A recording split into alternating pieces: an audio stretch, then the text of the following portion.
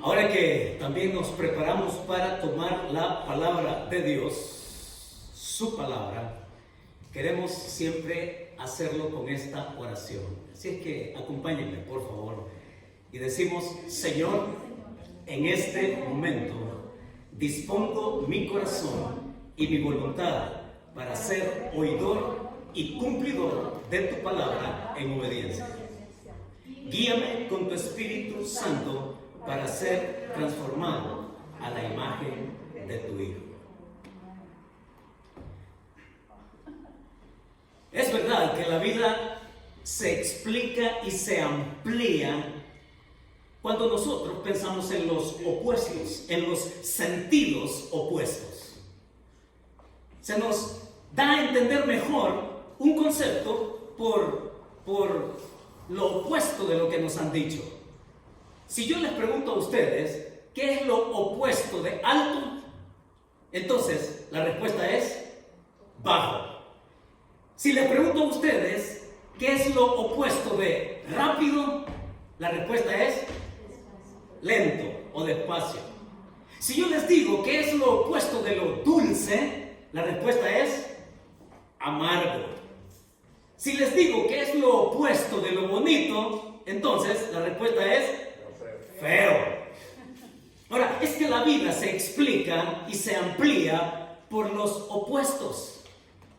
Y cuando nosotros pensamos si algo así podemos encontrar en la Escritura, también en la Biblia encontramos opuestos. También en la Biblia se nos amplía, se nos explica para que entendamos qué es lo que el Señor, a través de sus escritores, nos quiere decir, a través de los opuestos. Así que yo les quiero llevar a tres opuestos más. Por ejemplo, ¿qué es lo opuesto de lejanía? Cercanía. ¿Qué es lo opuesto de retroceder? Avanzar. ¿Qué es lo opuesto de estéril? Fecundo, fértil, fructífero, ¿no es cierto?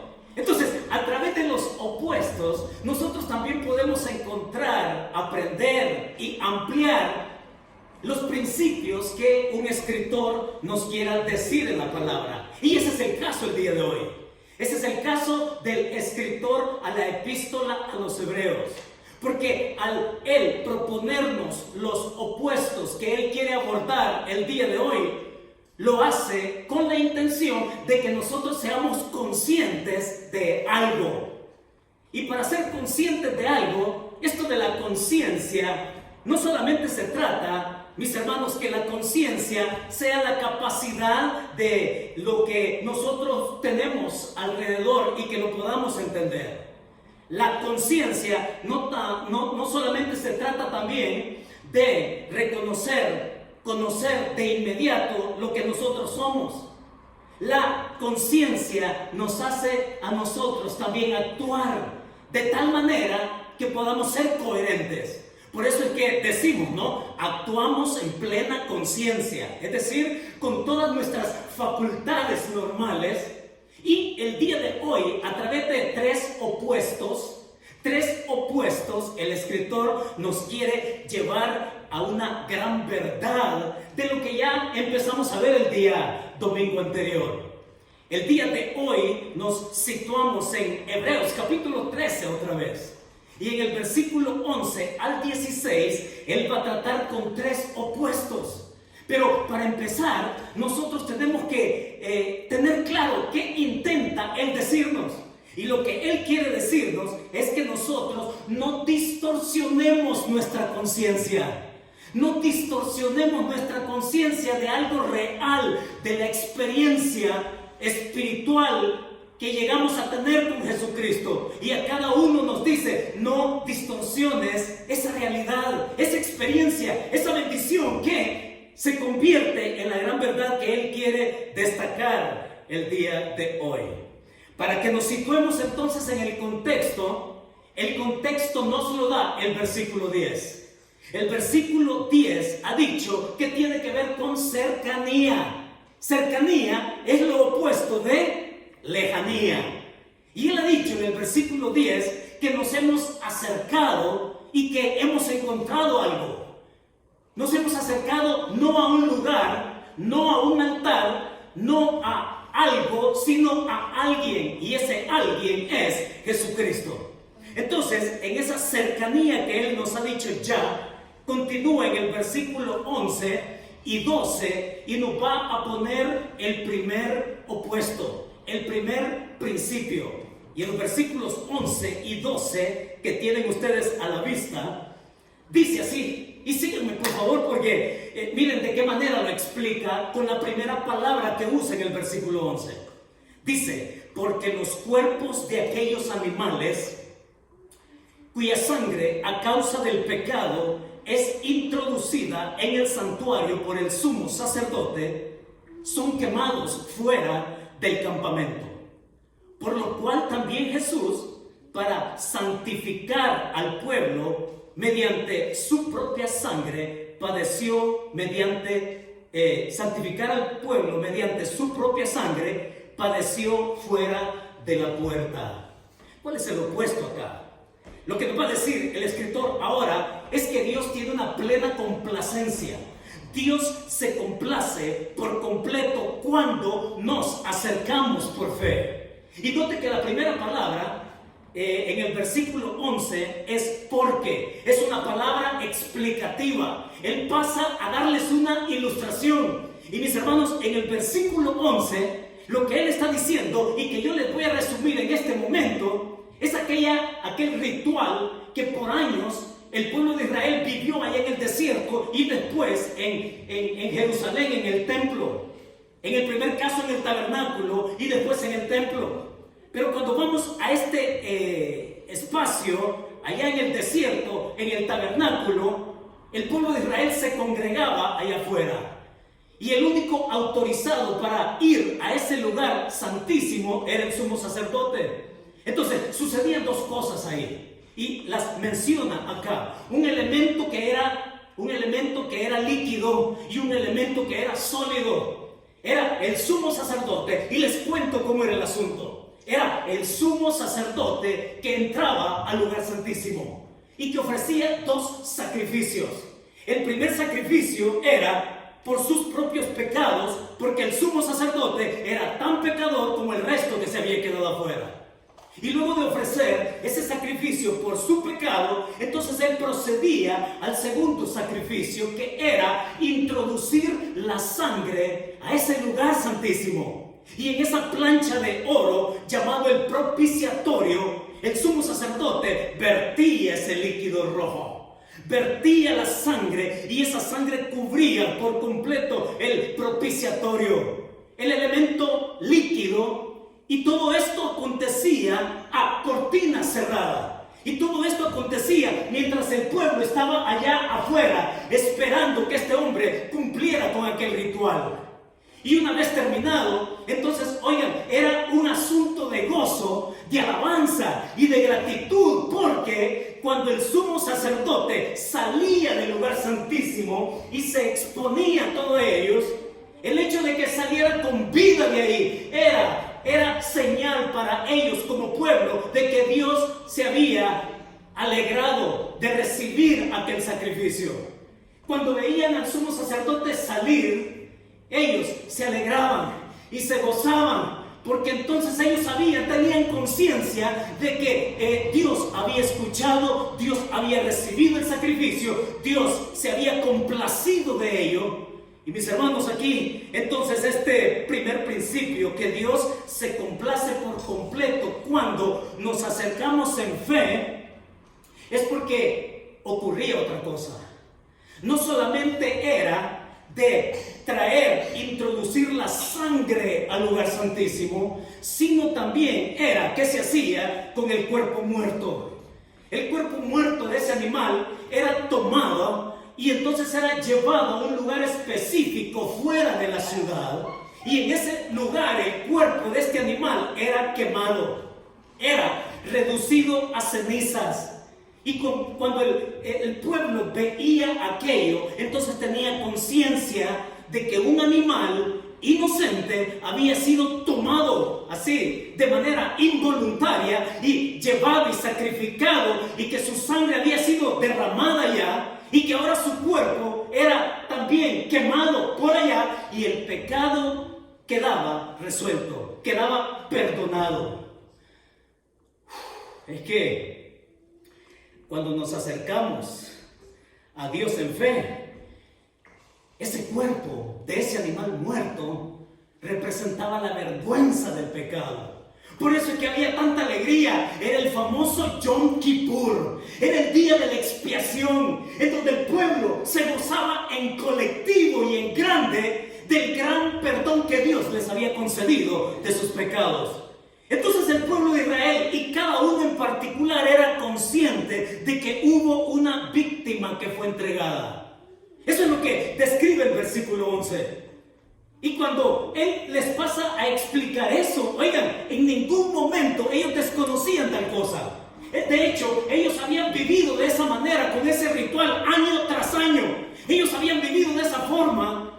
Y luego Él pasa en el versículo 12 a aplicar aquello al Señor Jesucristo. Miren lo que dice el verso 12. Por lo cual también Jesús, para santificar al pueblo, mediante su propia sangre, padeció fuera de la puerta. Él lo aplica, Jesús, ahora. Aquel ritual que era hecho año tras año se iba a cumplir de una vez y por todas. Ahora, hay una gran diferencia acá. Hay una gran diferencia porque ciertamente la sangre de Cristo va a ser derramada en una cruz. Ciertamente, Él va a ser la víctima inocente, pero la gran diferencia es que dice acá el pasaje que no fue una víctima tomada a la fuerza. Dice que Él, allí en el verso 12, su propia sangre. Y la idea es que nadie tomó la vida de Cristo, nadie lo forzó a hacerlo, sino que voluntariamente Jesús viene y se entrega. Es Jesús quien ofrece su sangre. Es Jesús quien es el sumo sacerdote y que se convierte también en el mismo sacrificio, el que da su sangre voluntariamente. Y de esa manera, entonces Él les trae a colación la gran lección. Y la gran lección es que seamos conscientes que hubo alguien que tomó mi lugar.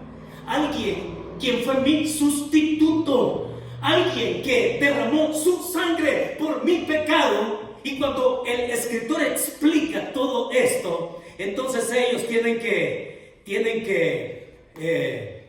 entenderlo, ¿no? Les queda claro. Y de una vez por todas, porque, mis hermanos, Jesucristo llevó la vergüenza. Jesucristo llevó la vergüenza de nuestro pecado. Y cuando nosotros le ponemos atención a esto, lo que significa acercarme a Él, a nuestro altar, yo soy consciente que quien llevó mi pecado fue el Señor, su propia sangre, entregado por todos. Y oigan, aquí hay un asunto doctrinal pero muy importante, porque la gracia de Dios es dada a todos, mostrada a todos, pero la gracia se hace efectiva con aquella persona que decide creer. Con aquella persona que es consciente que otro tomó mi lugar, que con esa sangre se pagó mis pecados y que entonces yo me puedo refugiar en Él. Entonces yo puedo hacer mía lo que dice acá que puedo tener con el Señor Jesucristo. Y lo que tiene toda persona cuando se acerca al altar Jesús es que tiene una fe que lo redime, una fe que lo salva. Y nosotros de años que podamos tener de ser cristianos, ¿no? Muchas veces podemos preguntarnos qué más se le tiene que agregar a Cristo o qué se le tiene que quitar. Y por eso decíamos, y noten que el flujo del pasaje va corriendo en el contexto también de lo que vimos el domingo anterior. El domingo pasado dijimos que no debemos de prestar atención a doctrinas extrañas, dice acá. Que nosotros no podamos concebir el hecho de que Jesucristo necesita hacer algo más para ser mediador y para ser salvador. Es que cuando nosotros queremos filtrar todo lo que escuchamos allá afuera, yo tengo bien claro de que si a Cristo se le quiere agregar algo a la obra que Él hizo, entonces está fuera de la gracia esa doctrina. Si a Cristo se le quiere disminuir algo de su obra perfecta, entonces también es una doctrina errónea. Es que Jesucristo dio un sacrificio completo y total y no necesitamos más. Fíjense que cuando yo me pongo a leer y cuando me pongo a revisar qué es lo que piensan otros grupos religiosos, es que miren, basta seguirle la pista a la obra de gracia de Cristo para entender que un determinado grupo está enseñando una mentira. Y les doy un ejemplo. Decir, por ejemplo, que Jesucristo solamente fue hombre. Fíjense cómo es el efecto dominó en este asunto. Si Jesucristo solamente fue hombre, significa que en nada significó la profecía que desde el Antiguo Testamento Dios había venido dando de un rescatador, de un redentor, de alguien que iba a ser salvador y que creyendo en él se puede ser salvo. Entonces, si Cristo solo fue humano, entonces quitamos de tajo la obra maravillosa, sobrenatural de la concepción de María por el Espíritu Santo. Si quitamos esa doctrina de nuestra mirada y nuestro corazón, entonces nosotros podemos estar frente a una falsa doctrina y a una enseñanza errónea. Mis hermanos, es más crucial de lo que nosotros pensamos. Es más crucial porque nada supera a la gracia de Cristo. Nada supera a su persona. Y es que el escritor por eso tiene que comenzar aquí, desde el momento de lo que significa acercarse, estar con Él y creer en Él. Es lo que marca la diferencia de ahí en adelante. Luego Él va a pasar en el versículo 13 y 14 a describir algo más. Y hermanos, aquí es donde viene la gran prueba de fuego para nosotros. Porque no solamente se trata de conformarnos al momento de creer y que ahí se resuelve todo. Sí, ahí se resuelve nuestra eternidad. Ahí se resuelve en ese instante de entrega y de fe. Ahí se resuelve nuestro destino y nuestra eternidad. Se asegura y se garantiza el creer en Cristo. Pero cuando nosotros creemos, mis hermanos, aquí viene la prueba de fuego con lo que va a decir aquel autor.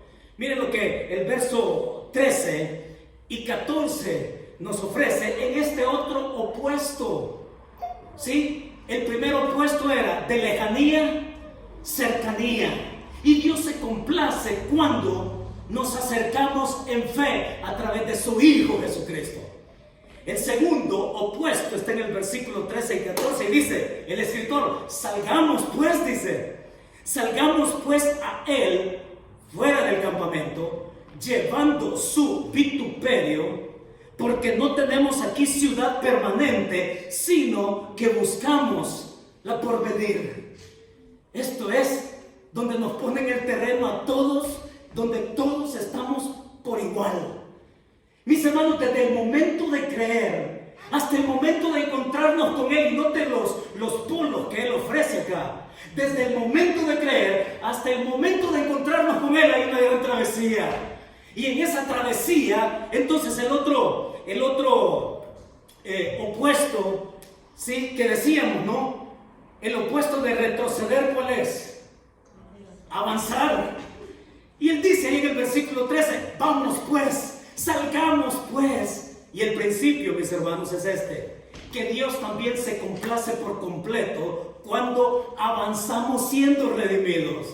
Es que a partir de ese momento es donde la gracia de Dios también pasa a mostrarse en la experiencia cotidiana nuestra. En esa experiencia diaria donde nosotros vamos descubriendo qué grande es la gracia de Dios, porque no solamente se trata de salvarnos. Su gracia no solamente tiene que ver con salvarnos. Su gracia no solamente tiene que ver con perdonarnos.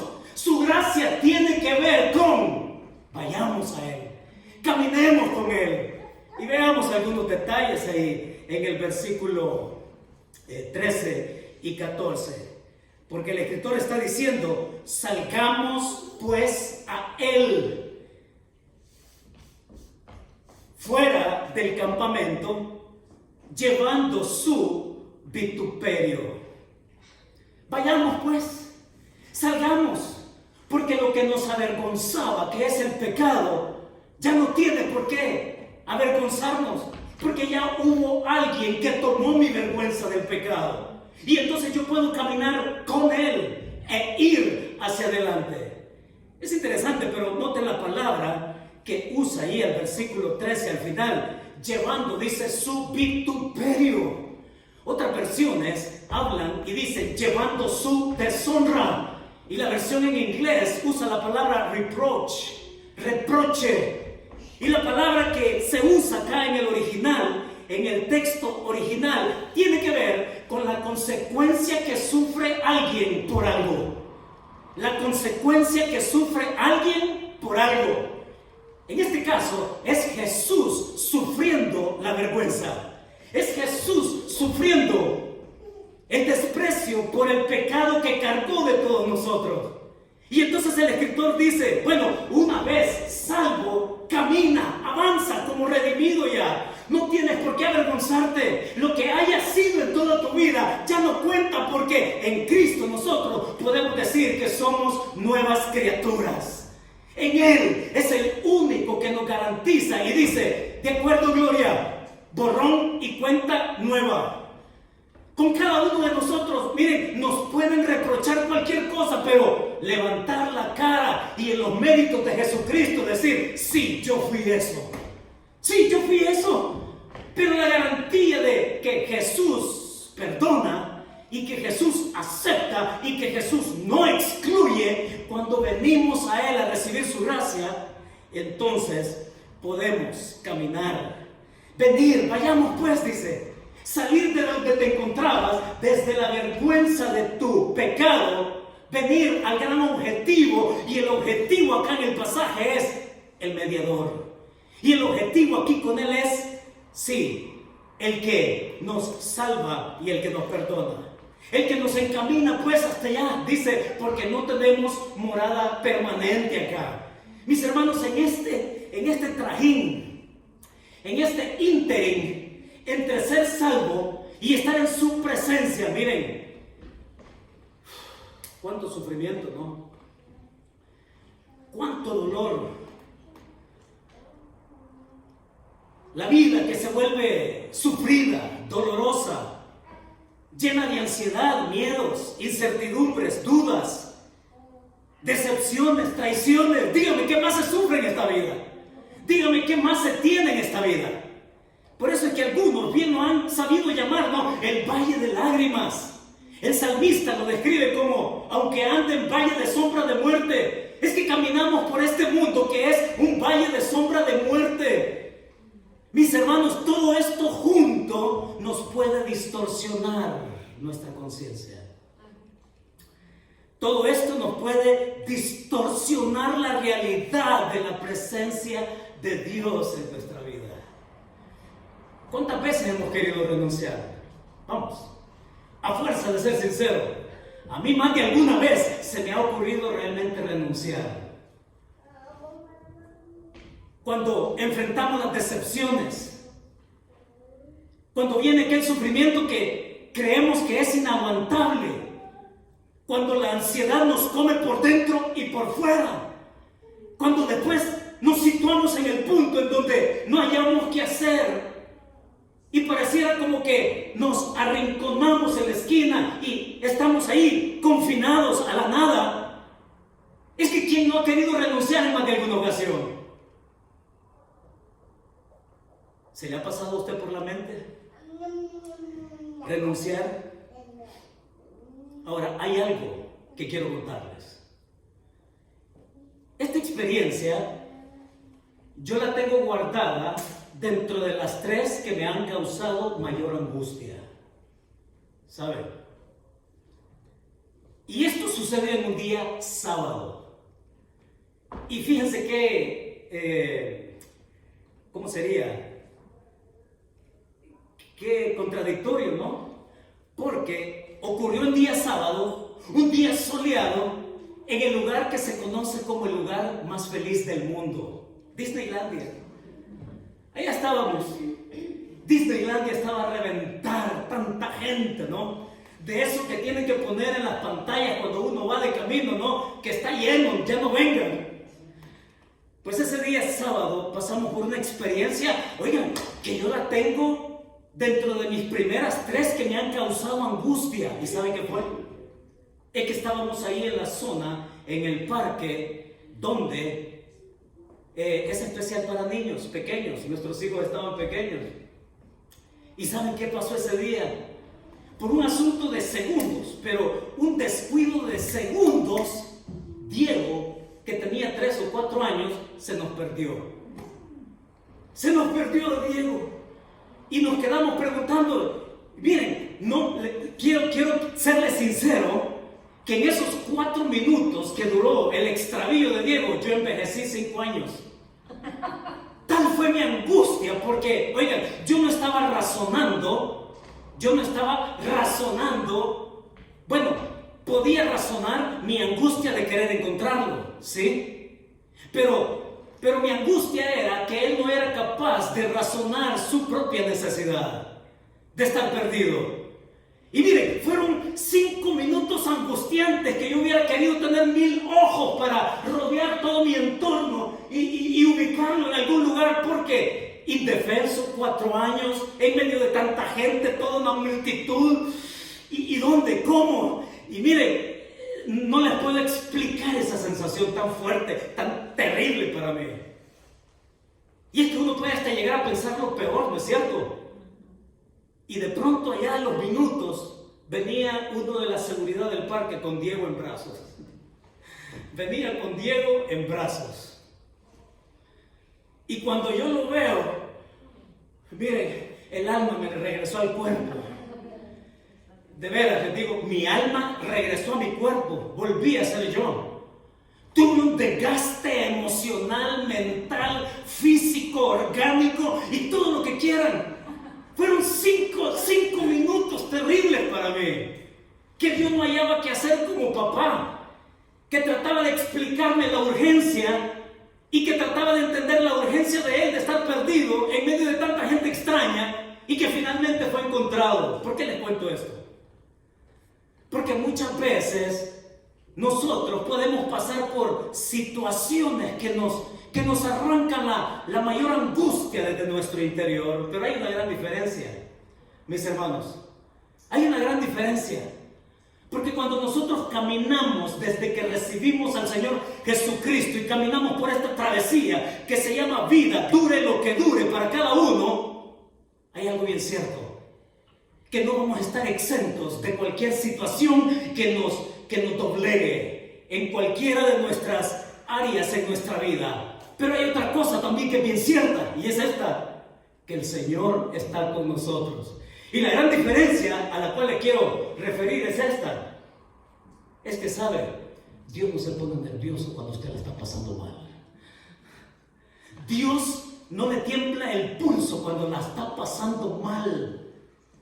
¿Sabe? Dios no transpira cuando nos está pasando algo malo. Y le voy a decir cómo procede Dios. Dios procede en una profunda tranquilidad. Dios actúa en una profunda tranquilidad. ¿Por qué? Porque Dios tiene control. Miren, cuando yo de veras estuve viendo esto, y una de las cosas que el autor nos intenta decir con estos opuestos, en vez de retroceder, avanza. Y que mientras avanzamos en este valle de lágrimas, en este valle de sombra de muerte, lo que el autor está diciéndoles a ellos y a nosotros es: no tengo ninguna razón para resolver mis problemas retrocediendo. No es opción resolver mis problemas allá, mis crisis volviendo atrás. No es opción resolver nuestras crisis alejándonos de Dios. Oigan, Dios está con nosotros y a Él no le tiembla el pulso, no suda, no transpira, Él no se preocupa, Él actúa en completo control, en una tremenda tranquilidad inexplicable, porque Él está en control de lo que nos hace llorar, lo que nos hace sufrir, lo que nos hace angustiarnos y esos contrapesos que decíamos. No, el Señor está con nosotros. Diga amén a eso. Amén. Mis hermanos, desde que nos convertimos, y pasando por esta travesía, el opuesto es: no retrocedas, avanza, dice el autor. Salgamos pues, vayamos con Jesús, el que llevó tu vituperio y que nadie te puede echar en cara. Oiga, ni el mismo Dios me puede echar en cara mi pecado, porque ese Dios queda completamente satisfecho, porque lo que Él recibió fue la justicia propia de su Hijo. Estamos hablando, mis hermanos, de una doble, doctrinalmente, la Escritura nos habla de esa acreditación de nuestro pecado. Nuestro pecado es llevado por Cristo y su justicia es acreditada a nosotros. Y es eso lo que satisface a su Padre. Y es eso lo que satisface a Dios. Nos digan lo que nos diga que fuimos, pero en Cristo nosotros hemos venido a ser hechos nuevos. Así que el pasaje continúa, no se queda ahí. Versículo 14 ha dicho: porque no tenemos aquí ciudad permanente, sino que buscamos la que deseamos, la que el Espíritu y la esposa dicen: ven, Señor Jesús. El clamor interno, silente, mis hermanos, es: Señor, ven pronto. El versículo 15 y el versículo 16 no va a decir otra cosa mientras caminamos por esta vida, mientras este cuerpo aguante. Miren lo que dice el verso 15. Así que ofrezcamos siempre a Dios, por medio de Él, sacrificio de alabanza, es decir, fruto de labios que confiesen su nombre. Y de hacer el bien, y de hacer bien, y de la ayuda mutua, no os olvidéis, porque de tales sacrificios se agrada Dios. El tercer principio es este.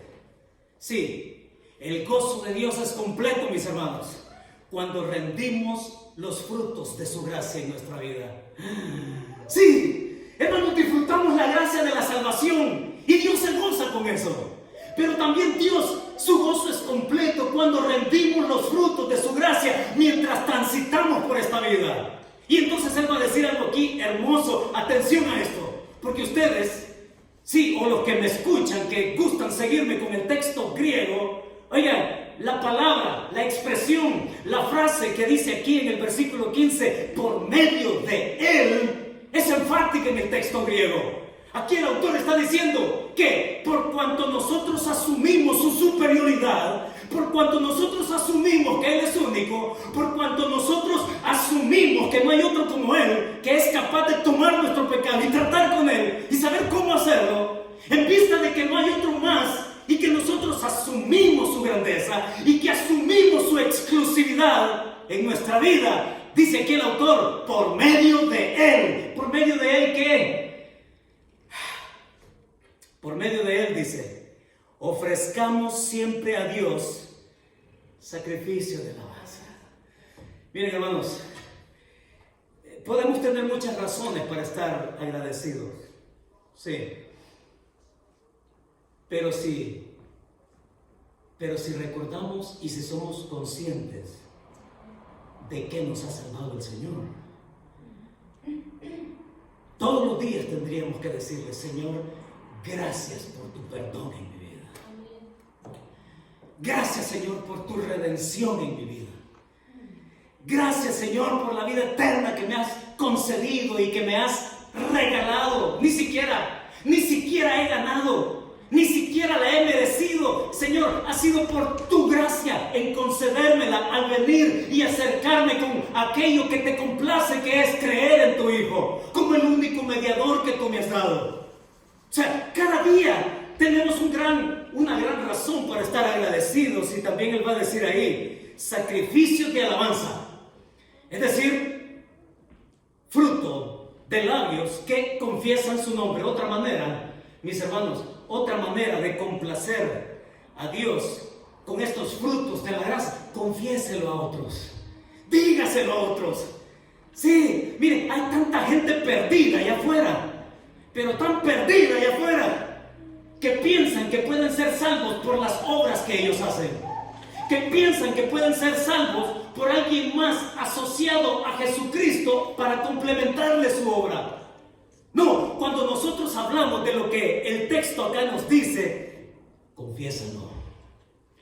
Confiesa que en Cristo hay salvación, que solo Jesucristo salva.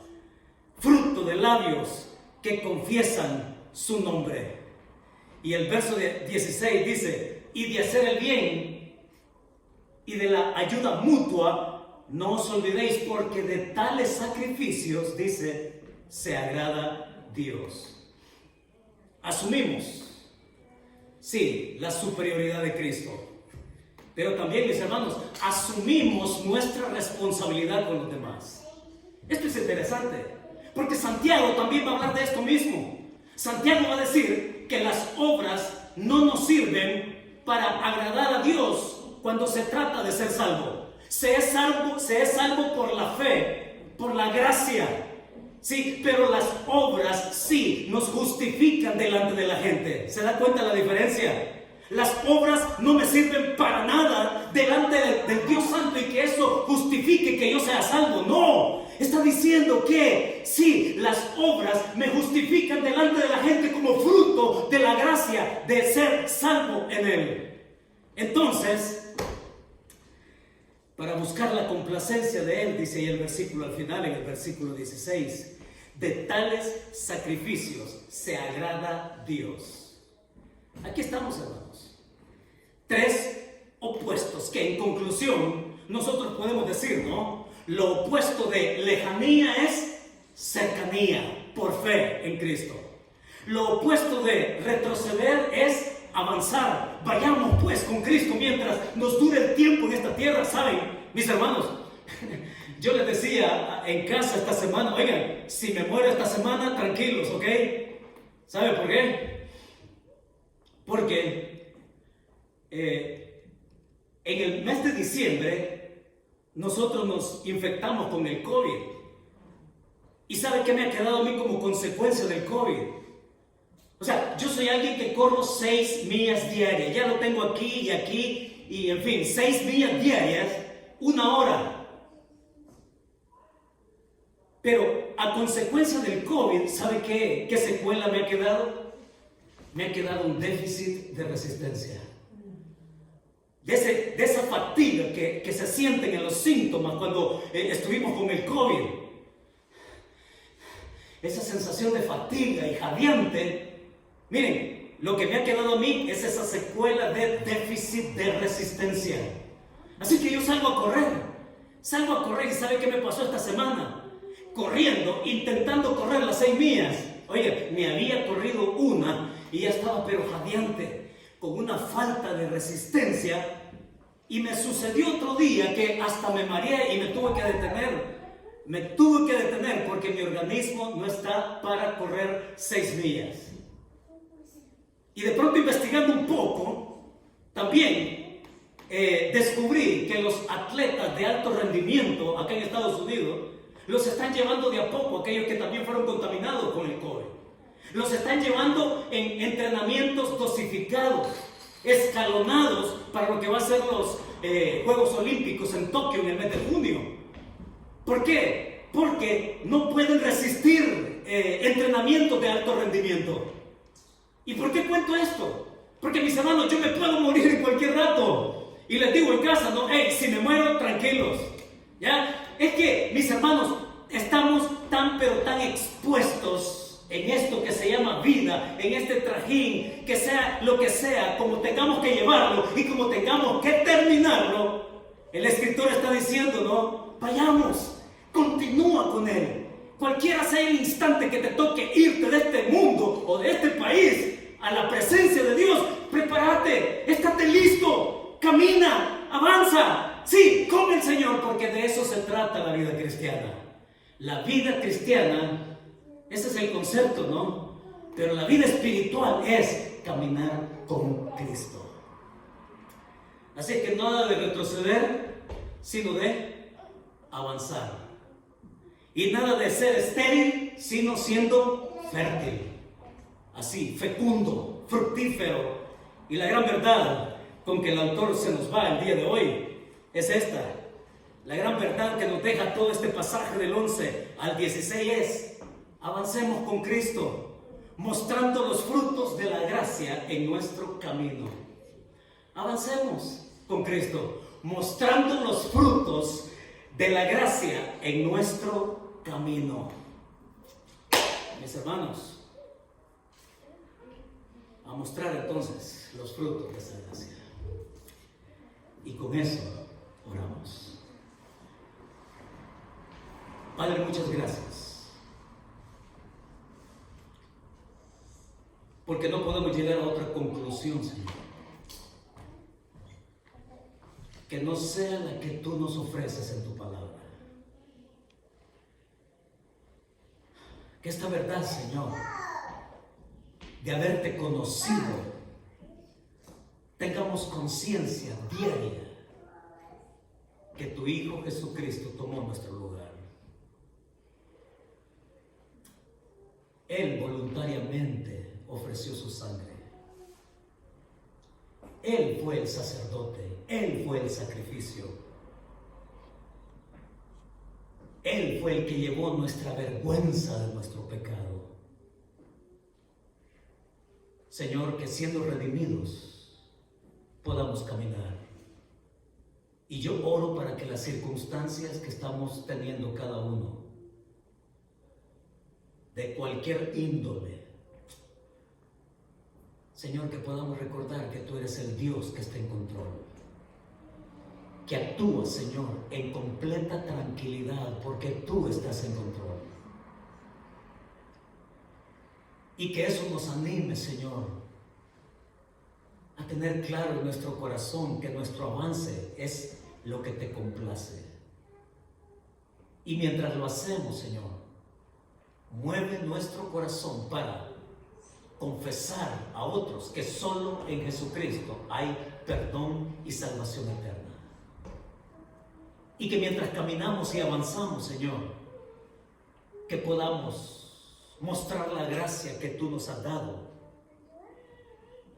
haciendo bien a los demás. Porque también de eso tú te complaces. Y Señor, que siendo redimidos, llévanos hasta donde es el gran deseo nuestro de estar contigo plenamente en tu gloria. Muchas gracias, Señor, por darnos el regalo de tu presencia este día, por bendecirnos, Señor, con tu gracia y por animarnos a ir adelante con tu Hijo Jesucristo, guiados hacia el hogar al que pertenecemos. Te damos la gloria y el honor en el nombre del Señor Jesucristo. Amén y amén. Mis hermanos, que Dios nos bendiga.